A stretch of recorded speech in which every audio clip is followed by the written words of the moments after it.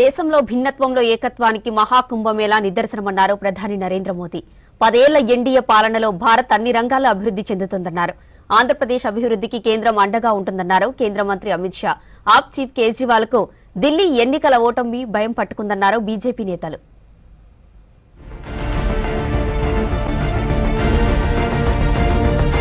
ప్రయాగ్రాజ్ మహాకుంభమేళా భిన్నత్వంలో ఏకత్వానికి ప్రతీక అన్నారు ప్రధాని మోదీ. పేద ధనిక అనే తేడా లేకుండా అన్ని వర్గాల ప్రజలు త్రివేణి సంగమంలో పుణ్యస్నానాలు ఆచరిస్తున్నారన్నారు. మన్ కీ బాత్ 118వ ఎపిసోడ్లో ప్రజలను ఉద్దేశించి ప్రసంగించారు ప్రధాని. 10 ఏళ్లుగా దేశాన్ని ప్రగతి పదంలో నడిపిస్తూనే సాంస్కృతిక వారసత్వం కాపాడుతున్నామన్నారు మోదీ.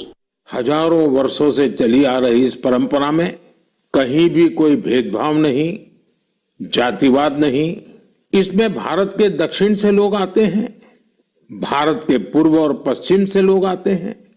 कुंभ में गरीब अमीर सब एक हो जाते हैं. దేశమంతా 75వ గణతంత్ర దినోత్సవాలకు ముస్తాబవుతుందన్నారు ప్రధాని మోదీ. ఈ సందర్భంగా రాజ్యాంగం రూపొందించిన ప్రతి ఒక్కరిని స్మరించుకోవాల్సిన అవసరం ఉందన్నారు. ఎన్నికల ప్రక్రియకు సాంకేతికత చేరడంతో నిర్వహణ సులభమైందని చెప్పారు. శాస్త్ర సాంకేతిక రంగంలోనూ భారత్ దూసుకెళ్తుందన్నారు. మన సైంటిస్టులు అంతరిక్షంలో మొక్కలు పెంచుతున్నారన్నారు ప్రధాని మోదీ. दुनिया का सबसे high resolution hyper spectral satellite constellation है.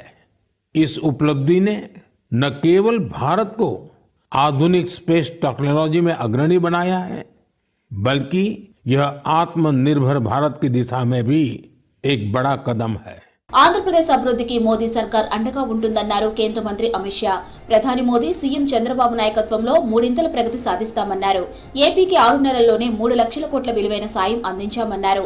విజయవాడ సమీపంలోని కొండపావులూరులో జరిగిన ఎన్డీఆర్ఎఫ్ ఆవిర్భావ వేడుకల్లో పాల్గొన్నారు అమిత్ షా.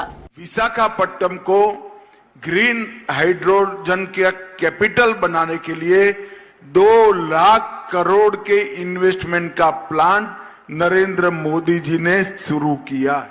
దేశ ప్రజల మధ్య చిచ్చు పెట్టేందుకు కాంగ్రెస్ కుట్ర చేస్తుందన్నారు కేంద్ర మంత్రి జేపీ నడ్డా. భారత రాజ్యాంగానికి వ్యతిరేకంగా పోరాడాలన్న రాహుల్ గాంధీ వ్యాఖ్యలను తప్పుపట్టారు. రాజ్యాంగాన్ని అవమానించిందే కాంగ్రెస్ పార్టీ అని ఆరోపించారు. రాహుల్ కు చరిత్ర తెలియదంటూ విమర్శించారు. అహ్మదాబాద్ లో సంవిధాన్ గౌరవ్ అభియాన్ లో ప్రోగ్రామ్ లో పాల్గొన్న నడ్డా ఎన్డీఏ పాలనలో రాజ్యాంగానికి సరైన గౌరవం దక్కిందన్నారు. फिर चाहे वो राजनीतिक आंदोलन हो, फिर चाहे वो धार्मिक आंदोलन हो, फिर चाहे वो आध्यात्मिक आंदोलन हो, सभी आंदोलनों में गुजरात ने देश के स्व को जगाने में नेतृत्व प्रदान किया है. यह पवित्र धरती को मैं नमन करता हूं. దేశంలోని అట్టడుగు వర్గాల అభివృద్ధిపై ప్రధాని మోదీ ఫోకస్ పెట్టారన్నారు కేంద్ర మంత్రి అశ్విని వైష్ణవ్. సమ్మిళిత అభివృద్ధితోనే అన్ని వర్గాల ప్రజలకు మేలు జరుగుతుందన్నారు. టెక్నాలజీ, డిజిటల్ ఇండియా అంశాలపై దావోస్ సమ్మిట్ లో చర్చిస్తామన్నారు అశ్విని వైష్ణవ్. और सोशल इंफ्रास्ट्रक्चर में जो इन्वेस्टमेंट पिछले 10 वर्षों में हुआ है और देश में किस तरह से गरीब से गरीब व्यक्ति के जीवन में भी एक अच्छा परिवर्तन आया है. एक ग्रामीण जो वंचित क्षेत्र थे उसमें सड़कें पहुंची, बिजली पहुंची, पानी पहुंच रहा है, घर बने, बैंकिंग अकाउंट खुले, वो सारी चीज को लोग जानने के लिए बहुत उत्सुक है. ఆప్ చీఫ్ కేజ్రీవాల్ కు ఓటమి భయం పట్టుకుందన్నారు న్యూఢిల్లీ బీజేపీ అభ్యర్థి పర్వేష్ వర్మ. 11 ఏళ్ల అధికారంలో ఉన్న పార్టీ డోర్ టు డోర్ ప్రచారం చేయడాన్ని విమర్శించారు. ఓటమి ఫ్రస్ట్రేషన్ లోనే నిరుద్యోగంపై ప్రశ్నించిన యువకులను కేజ్రీవాల్ కారుతో ఢీకొట్టించారని ఆరోపించారు. तीनों की टांग में जो है चोट लगी है, उनके घुटने में चोट लगी है, दोनों टांगों में चोट लगी है. अभी उनको एक्सरे के लिए लेकर गए हैं. जो वहाँ के स्थानीय लोग बना रहे थे और वहाँ की पुलिस ने भी, क्योंकि इलेक्शन कमीशन के वहाँ पे लोग होते हैं, वो जो वीडियो बना रहे थे, ये देखिए वीडियो में मैं आपको दिखा रहा हूँ. ఢిల్లీ అసెంబ్లీ ఎన్నికల్లో గెలవడానికి ఆప్ తప్పుడు ప్రచారం చేస్తుందన్నారు బీజేపీ నేతలు.